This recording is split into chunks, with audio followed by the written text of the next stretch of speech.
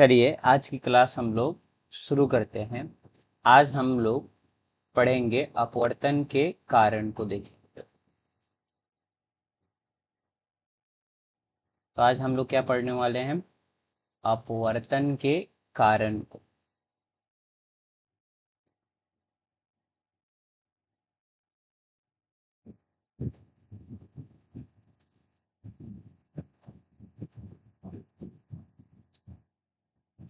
English में इसको बोलेंगे कॉज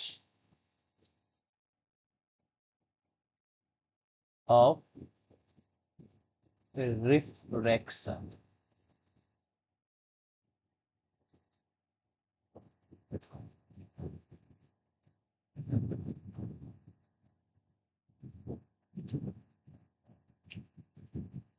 तो सबसे पहले समझते हैं। देखिए, जब प्रकाश एक माध्यम से दूसरे माध्यम में जाता है तो अचानक उसकी चाल जो है वो बदल जाती है, जिसके कारण उसकी चलने की दिशा भी बदल जाती है। यही जो है वह रिफ्रैक्शन का कारण है, अर्थात अपवर्तन का कारण। तो क्या बताया हमने कि जब प्रकाश एक माध्यम से दूसरे माध्यम में जाती है तो अचानक उसकी चाल बदल जाती है, जिससे उसकी चलने की दिशा भी बदल जाती है, और यही रिफ्रैक्शन का क्या होता है? कारण होता है। तो इसी बात को हम लोग यहाँ पे लिख लेते हैं। चलिए हम पेन का कलर चेंज कर लेते हैं और यहाँ पे हम लोग लिखते हैं। देखिए, हम जानते हैं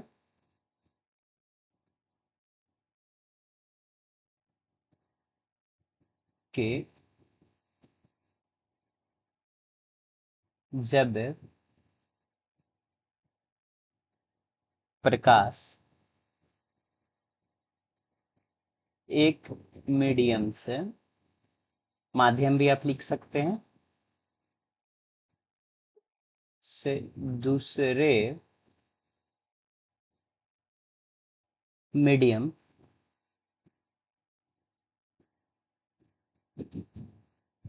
में जाता है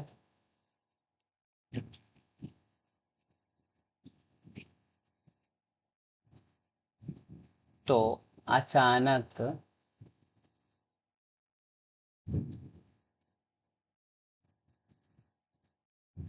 उसकी चाल बदल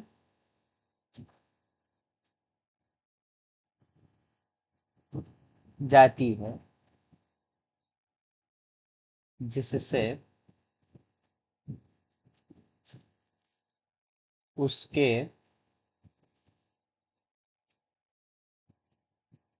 चलने की दिशा भी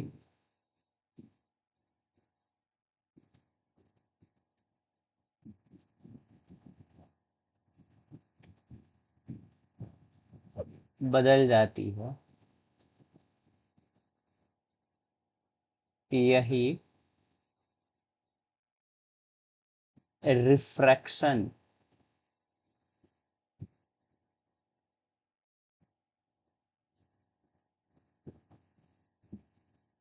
का कारण। तो सिंपल सा आंसर है, और ये क्वेश्चन एग्जाम में पूछा जाता है कि अपवर्तन के कारण को बताइए। तो आप क्या बताइएगा कि जब प्रकाश एक माध्यम से दूसरे माध्यम में जाता है तो अचानक उसकी चाल बदल जाती है, जिससे उसकी चलने की दिशा भी बदल जाती है। यही रिफ्रैक्शन का कारण है। इसका दूसरा कारण भी है। ये तो पहला कारण हुआ अपवर्तन का।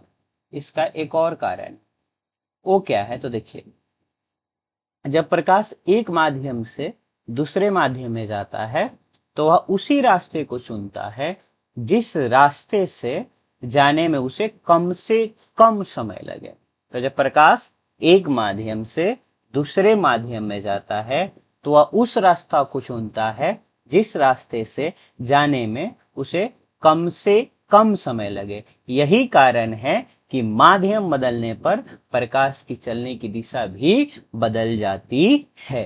तो दूसरा कारण ये रहा अपवर्तन का। इसी बात को हम लोग यहाँ पर लिख लेते हैं। देखेंगे कि हम जानते हैं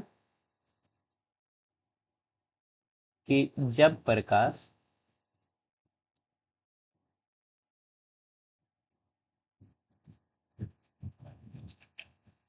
एक मीडियम से दूसरे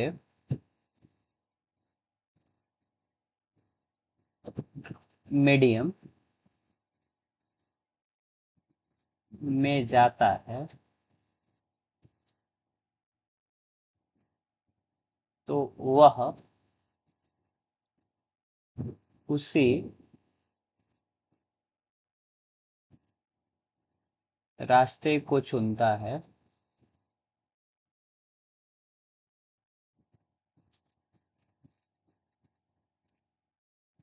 जिस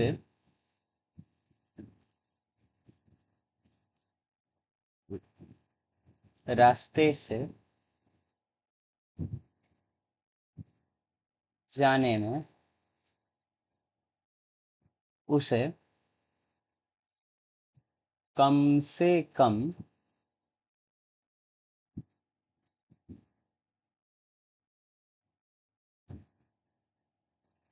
समय लगे। यही कारण है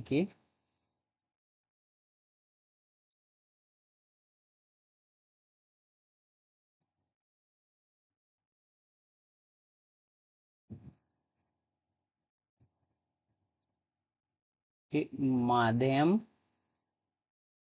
बदलने पर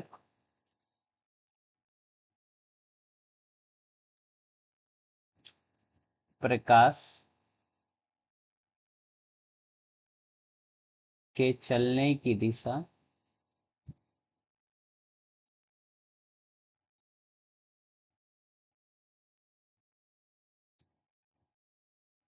बदल जाती है।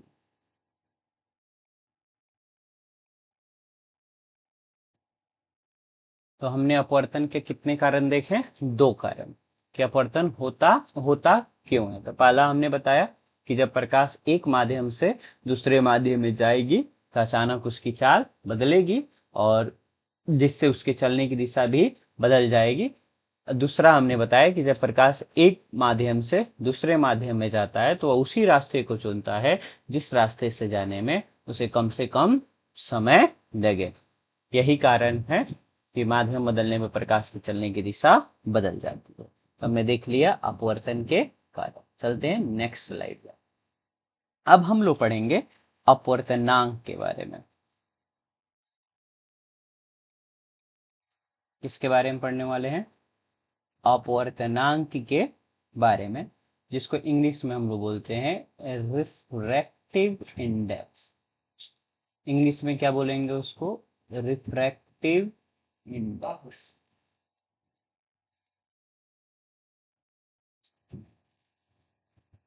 इसको हाईलाइट कर लेते हैं।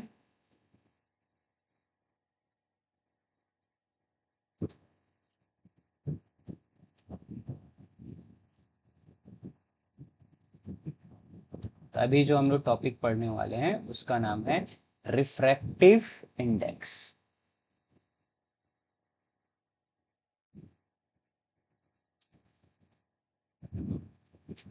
हम लोग पेन का कलर चेंज कर लेते हैं। चलिए,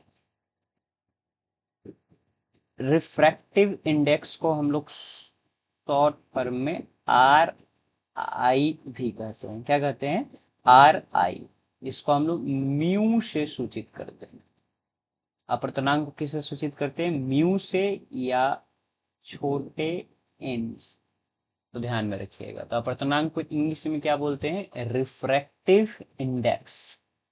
इंग्लिश में क्या बोलेंगे? Refractive index. इसको शॉर्ट फॉर्म में आर आई भी कहा जाता है, जिसको सूचित किया जाता है म्यू से या एन से। अब देखिए आर आई जो है वो दो तरह का होता है। पेन को चेंज करते हैं यहाँ पे। आर आई कितने तरह के? दो तरह के।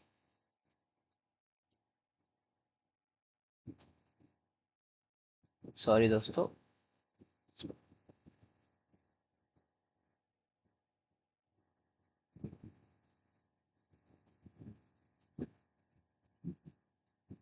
आर आई जो है वह दो तरह के होते हैं, जो इसको दो भागों में हम बांट देते हैं।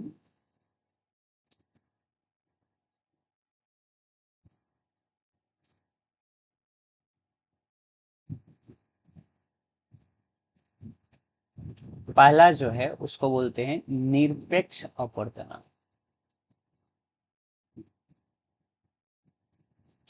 निरपेक्ष अपवर्तनांक। तो अपवर्तनांक कितने प्रकार के? दो प्रकार के। एक हुआ निरपेक्ष अपवर्तनांक, एक होता है सापेक्षिक अपवर्तनांक। एक होगा सापेक्षिक अपवर्तनांक। निरपेक्ष अपवर्तनांक को इंग्लिश में बोलते हैं एब्सोल्यूट आर आई।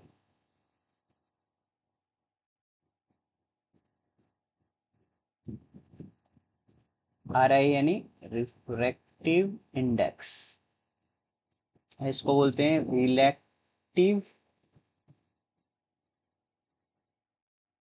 इंडेक्स। हम हाईलाइट कर लेते हैं दोनों को।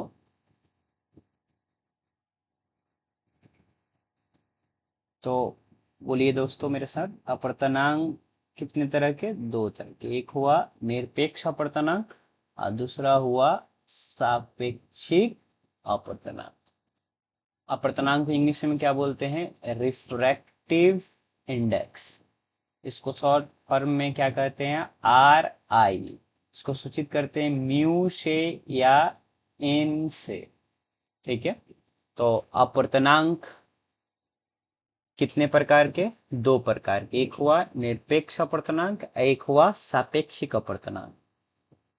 आज क्लास में जो हम लोग पढ़ने वाले हैं वो पढ़ने वाले हैं निरपेक्ष अपवर्तनांक के बारे में। नेक्स्ट क्लास में हम लोग पढ़ेंगे सापेक्षिक अपवर्तनांक के बारे में। तो हेडिंग लगाते हैं निरपेक्ष अपवर्तनांक। हम लोग हेडिंग लगाएंगे निरपेक्ष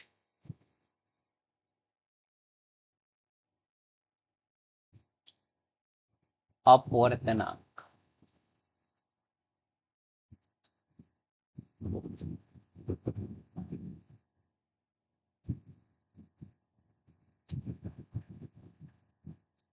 तो देखिए, समझते हैं निरपेक्ष अपवर्तनांक होता क्या है। तो देखिए, निर्वात में प्रकाश की चाल और माध्यम में प्रकाश की चाल के अनुपात को हम लोग बोलते हैं निरपेक्ष अपवर्तनांक। तो बोलिए मेरे साथ, निरपेक्ष अपवर्तनांक क्या है? तो निर्वात में प्रकाश की चाल और माध्यम में प्रकाश की चाल के अनुपात को हम लोग क्या बोलेंगे? निरपेक्ष अपवर्तनांक। तो इसी बात को हम लोग यहाँ पे लिख लेते हैं। इससे पहले हम पेन को चेंज करेंगे। तो देखिए, निर्वात में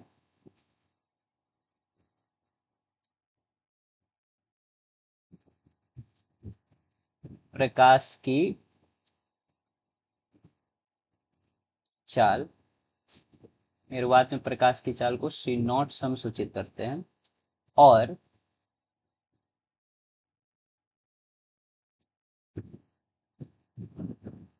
और माध्यम माध्यम में प्रकाश की चाल, जिसको हम लोग सी एम से सूचित करते हैं, के अनुपात को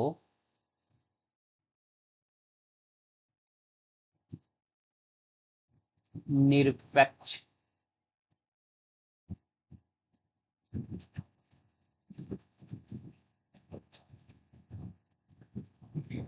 अपवर्तनांक कहते हैं।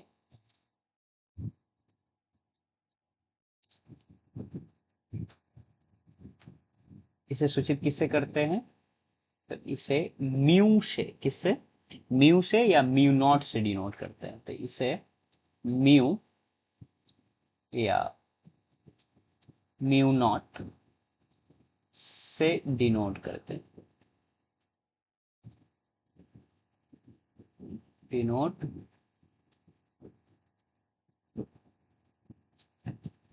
करते हैं। हम लोग इसका फॉर्मूला भी लिख सकते हैं। इस सबसे पहले हम लोग पेन को चेंज करते हैं, फिर इसके फार्मूला को लिखेंगे। हम लोग ले लेते हैं ग्रीन कलर। क्या ग्रीन कलर दिखेगा? हाँ, दिख रहा। तो देखिए,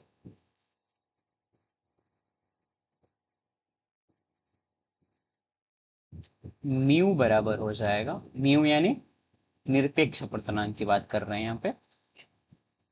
हमने क्या देखा कि निर्वात में प्रकाश की चाल और माध्यम में प्रकाश की चाल के अनुपात को क्या कहते हैं? निरपेक्ष अपवर्तनांक।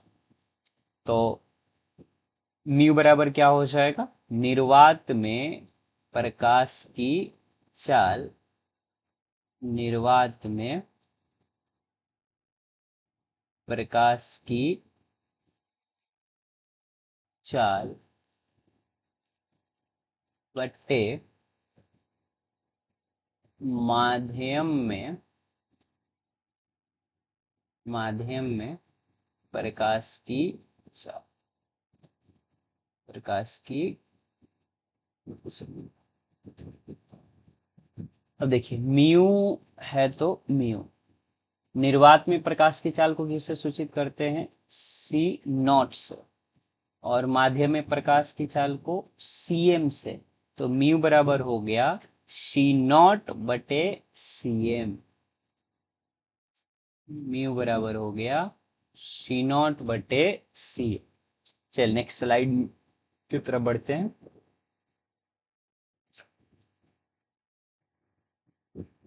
तो म्यू बराबर क्या निकल कर आया? सी नॉट बटे सी। अब देखिए यहाँ पे कुछ नोट पॉइंट हम लोग लिख लें,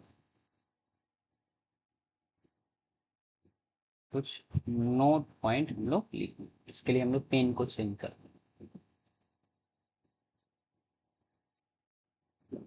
हम लोग लेते रेड कलर। तो देखिए, अभी हमने पढ़ा कि म्यू बराबर होता है, म्यू बराबर होता है सी नॉट बटे सी एम। सी नॉट क्या है? तो निर्वात में प्रकाश की चाल, चाल का मात्रक मीटर पर सेकेंड। सी एम क्या है? माध्यम में प्रकाश की चाल, इसका भी मात्रक मीटर पर सेकेंड। यानी अपवर्तन, ये कट कैंसिल आउट हो जाएगा, अर्थात अपवर्तनांक का जो मात्रक होगा वो क्या होगा? कुछ नहीं होगा, ये यूनिट लेस होगा। क्या होगा? यूनिट लेस, यानी मात्रक विहीन होगा। यानी अपवर्तनांक का कोई मात्रक नहीं होता है। इस बात को ध्यान में रखिएगा कि अपवर्तनांक क्या होता है? तो यूनिट लेस होता है, मात्रक विहीन होता है।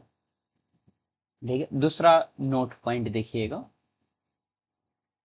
दूसरा नोट पॉइंट। पेन को चेंज करते हैं,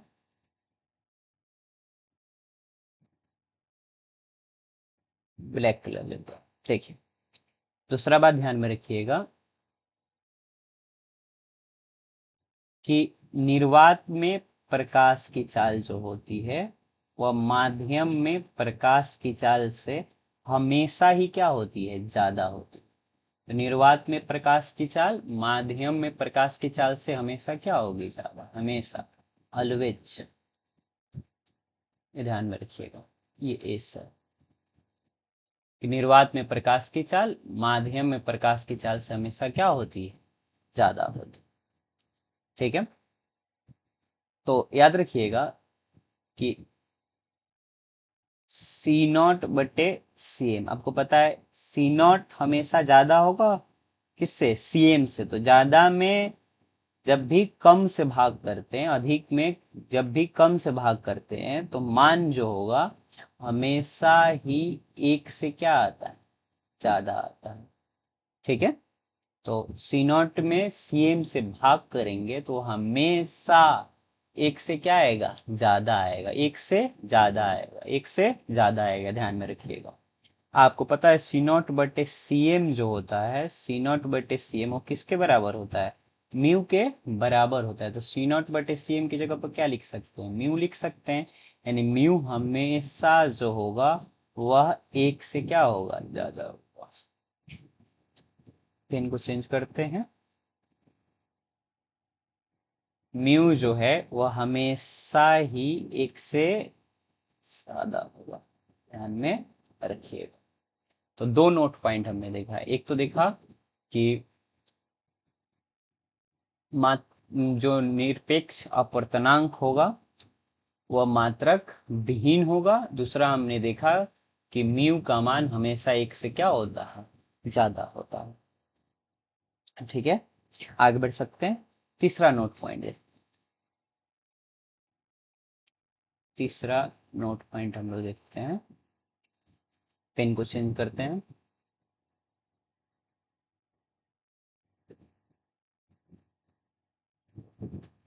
देखिए म्यू बराबर होता है, आप सबको पता है, अभी भी थोड़ी देर पहले बताए थे, सी नॉट बटे सी एम। सी नॉट क्या है, निर्वात में प्रकाश की चाल। आप सबको पता है निर्वात में प्रकाश की चाल होती है 3 × 10⁸ मीटर/सेकेंड, बट्टे में क्या, सी एम। तो म्यू बराबर एक और फार्मूला निकल कर हम लोग के सामने आया। क्या है फार्मूला, 3 × 10⁸ सेम मतलब माध्यम में प्रकाश की चाल। एक और नोट पॉइंट हम लोग यहाँ पे लिखते हैं, ध्यान से देखिएगा। पेन को चेंज कर लेते हैं।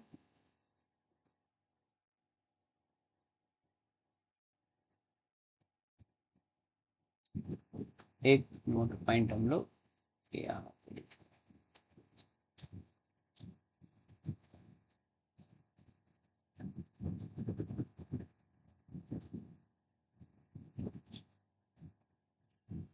म्यू बराबर आप सबको पता है कि म्यू बराबर होता है,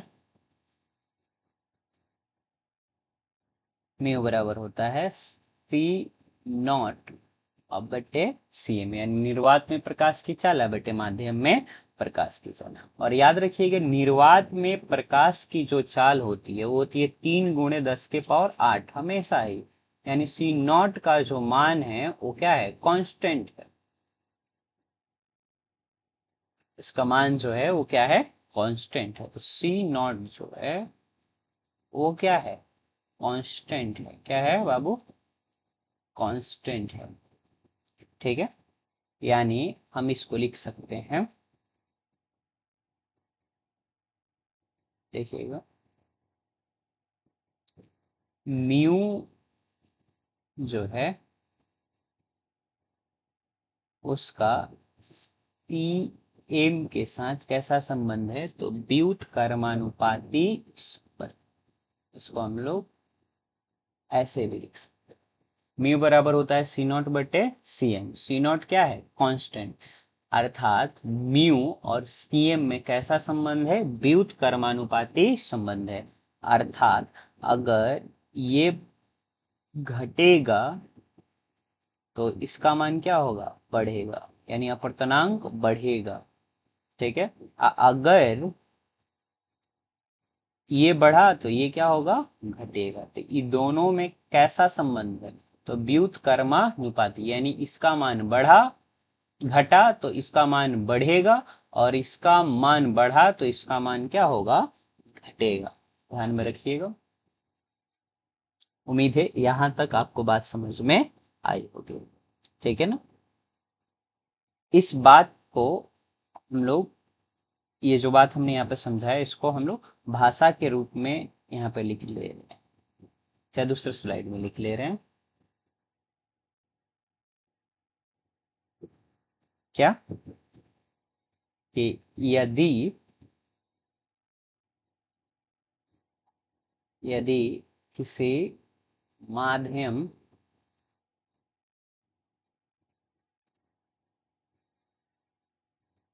में प्रकाश की चाल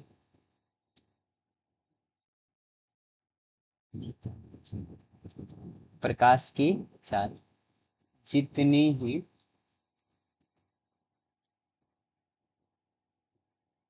जितनी ही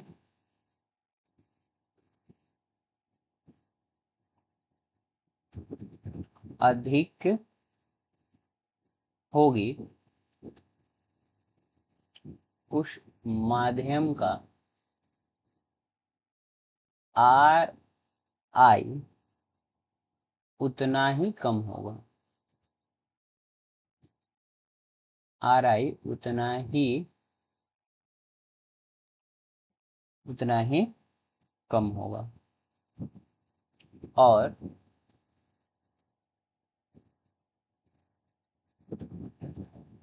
किसी माध्यम में प्रकाश की चाल जितने ही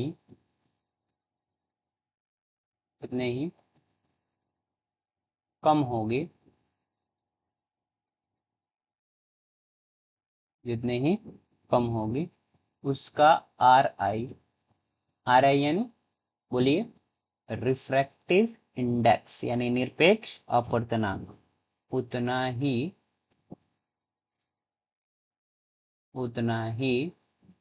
कम होगा उतना ही कम होगा। तो यहाँ पे जो बात हमने समझा था, क्या समझा था कि इसमें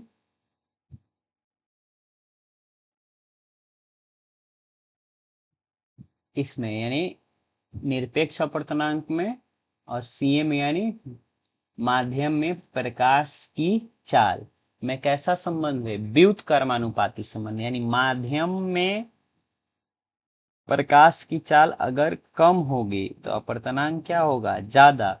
अगर माध्यम में प्रकाश की चाल ज्यादा होगी तो अपवर्तनांक क्या होगा, कम होगा। इसी बात को हमने यहाँ पे लिखा कि यदि किसी माध्यम में, हम हाईलाइट करते हैं इसको थोड़ा बेटर समझ में आएगा, कि यदि किसी माध्यम में प्रकाश की चाल जितनी क्या होगी, अधिक होगी, उस माध्यम का आर आई यानी रिफ्रैक्टिव इंडेक्स यानी म्यू क्या होगा, उतना ही कम होगा। तो प्रकाश की चाल जितनी ज्यादा, आर आई उतनी ही कम, और प्रकाश की चाल जितनी कम उसका आर आई उतना ही अधिक होगा। सॉरी दोस्तों, यहाँ पे अधिक होगा, इसको मिटाकर ठीक करते हैं।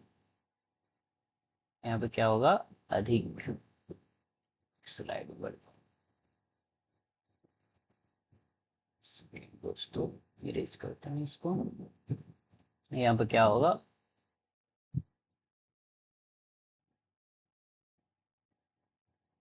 उतना ही अधिक। यहाँ पे लिख लीजिए अधिक, उतने ही अधिक होगा। तो एक बार देख लीजिए, माध्यम में प्रकाश की चाल जितना ज्यादा, उस माध्यम का आर आई उतना ही कम, और प्रकाश की चाल जितनी कम, आर आई उतने ही क्या होगी, अधिक होगी। इस बात को ध्यान में रखिएगा, ठीक है। चलिए अगला नोट पॉइंट हम लोग देखते हैं। पेन को चेंज करते हैं।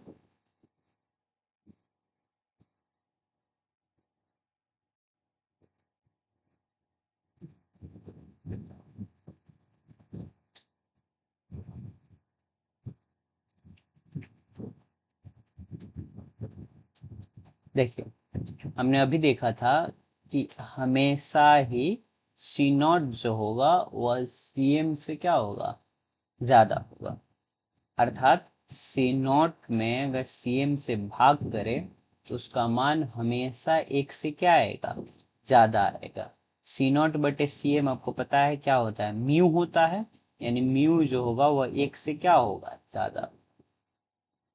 इसी बात को हम लोग यहाँ पे लिख लेते हैं कि किसी माध्यम का आर आई हमेशा हमेशा एक से अधिक होगा, हमेशा एक से अधिक होगा। आर आई को हम लोग किससे डिनोट करते हैं, म्यू से डिनोट करते हैं। यानी हमेशा जो आर आई होगा किसी माध्यम का वो एक से क्या होगा, ज्यादा होगा। चलिए नेक्स्ट स्लाइड में बढ़ते हैं हम लोग। अब देखिए कुछ पदार्थों का हम लोग अपवर्तनांक देख लेते हैं। ऑब्जेक्टिव में कई बार क्वेश्चन पूछे जाते हैं इससे, तो इसको भी हम लोग नोट पॉइंट में लिखेंगे। इसमें लिखेंगे नोट पॉइंट। देखिए पेन को हम लोग चेंज कर देते हैं।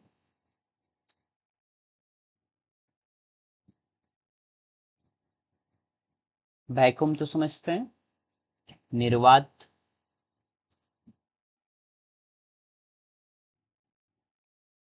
एयर तो जानते हैं, हवा,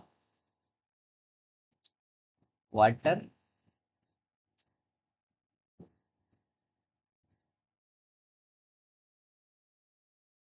ग्लास यानी कांच, कांच का अपवर्तन याद कर लीजिएगा इसको अच्छे से। बेंजीन का अपवर्तन एग्जाम में कई बार इससे प्रश्न बनते हैं।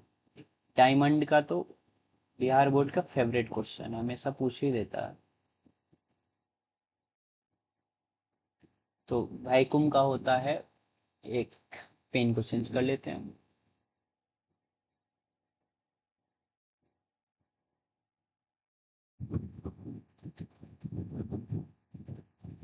निर्वात, सॉरी दोस्तों, दूसरा कलर लेते हैं, ये दिखने लगा, ब्लैक ले लेते हैं।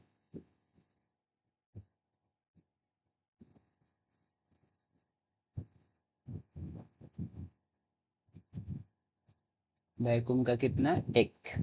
एयर का होता है 1.003। वाटर का होता है 4/3, या आप कह सकते हैं 1.33। आइस का होता है, नहीं आइस का तो मैं लिखता नहीं, ग्लास का, ग्लास का होता है 3/2, यानी 1.5। बेंजीन का होता है 1.60, और डायमंड का होता है 2.42। ये काफी इंपॉर्टेंट है, डायमंड का, ये ध्यान में रख लीजिएगा, काफी इंपॉर्टेंट है। एक और ध्यान में रख लीजिएगा, आइस का, आइस का होता है 1.31, 1.31, ठीक है। तो वैक्यूम का 1, क्या 1 अपवर्तनांक पूछा जाएगा, तो वैक्यूम का निरपेक्ष अपवर्तनांक, निर्वात का निरपेक्ष अपवर्तनांक कितना होता है, एक हवा का कितना होता है 1.0, पानी का अपवर्तनांक कितना होता है 1.33, कांच का अपवर्तनांक कितना होता है 1.5, बेंजीन का 1.60, डायमंड यानी हीरा का 2.42, आइस यानी बर्फ का अपवर्तनांक 1.31। ठीक है दोस्तों, यहाँ तक उम्मीद है आपको कोई समस्या नहीं होगी। एक बार हम लोग जितना पढ़े हैं उसको रिवाइज कर लेते हैं, क्या क्या हमने आज की क्लास में पढ़ा। तो पहले हमने देखा अपवर्तनांक के कारण को समझा, था 2 कारण हमने आपको बताया। पहला तो हमने बताया कि जब प्रकाश, हाइलाइटर ले लेते हैं ताकि अच्छे से समझ में आएगा, हर एक कंसेप्ट को आराम आराम से समझना है। हमने बताया कि जब प्रकाश एक माध्यम से दूसरे माध्यम में जाता है तो उसकी चाल जो है वो बदल जाती है, जिससे चाल बदलने से चलने की दिशा भी क्या हो जाती है, बदल जाती है। यही रिफ्लेक्शन का कारण होता है। दूसरा हमने बोला कि जब प्रकाश एक मीडियम से दूसरे मीडियम में जाती है तो वह उसी रास्ते को चुनती है जिस रास्ते से उसे जाने में कम से कम समय लगे। यही कारण है कि माध्यम बदलने पर प्रकाश के चलने की दिशा बदल जाती है। तो यह अपवर्तन का दूसरा कारण है। फिर हमने अपवर्तनांक को देखा। हमने बोला कि अपवर्तनांक को इंग्लिश में रिफ्रैक्टिव इंडेक्स बोलते हैं, जिसको हम लोग सूचित करते हैं आर आई, जिसको हम लोग शॉर्ट फॉर्म बोलते हैं आर आई, या उसको सूचित करते हैं म्यू या एन से। फिर हमने बताया कि आर आई दो तरह के होते हैं, एक होता है निरपेक्ष अपवर्तनांक, एक होता है सापेक्षिक अपवर्तनांक।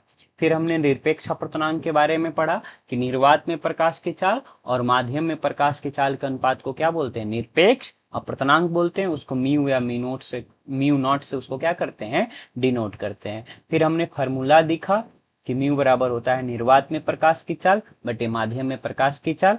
हमने आपको बताया कि निर्वात में प्रकाश की चाल को सी नॉट से सूचित करते हैं और माध्यम में प्रकाश की चाल को सी एम से सूचित करते हैं, यानी म्यू बराबर हो जाता है सी नॉट बटे सी एम। फिर हमने कुछ नोट पॉइंट देखा। हमने पहला क्या देखा नोट पॉइंट कि निरपेक्ष अपवर्तनांक का कोई मात्रक होता नहीं, यानी वो मात्रक विहीन होता है। दूसरा हमने देखा कि हमेशा ही जो सी नॉट होगा वह सीएम से क्या होगा, ज्यादा, यानी निर्वात में प्रकाश की चाल जो होगी वो माध्यम में प्रकाश की चाल से क्या होगी, ज्यादा।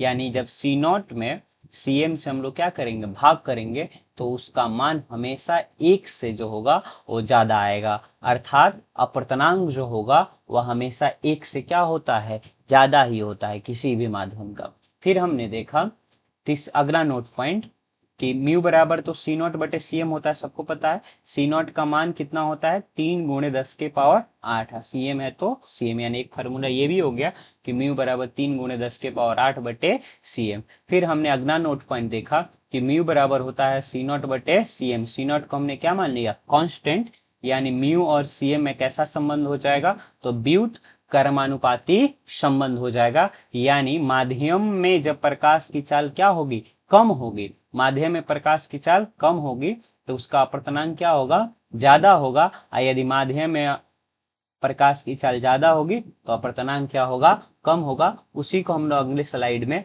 भाषा के रूप में लिखा था कि किसी माध्यम में प्रकाश की चाल जितनी ही ज्यादा होगी उसका आर आई उतना ही कम होगा, और किसी माध्यम में प्रकाश की चाल जितनी क्या होगी, कम होगी, उसका आर आई उतने ही अधिक होगा।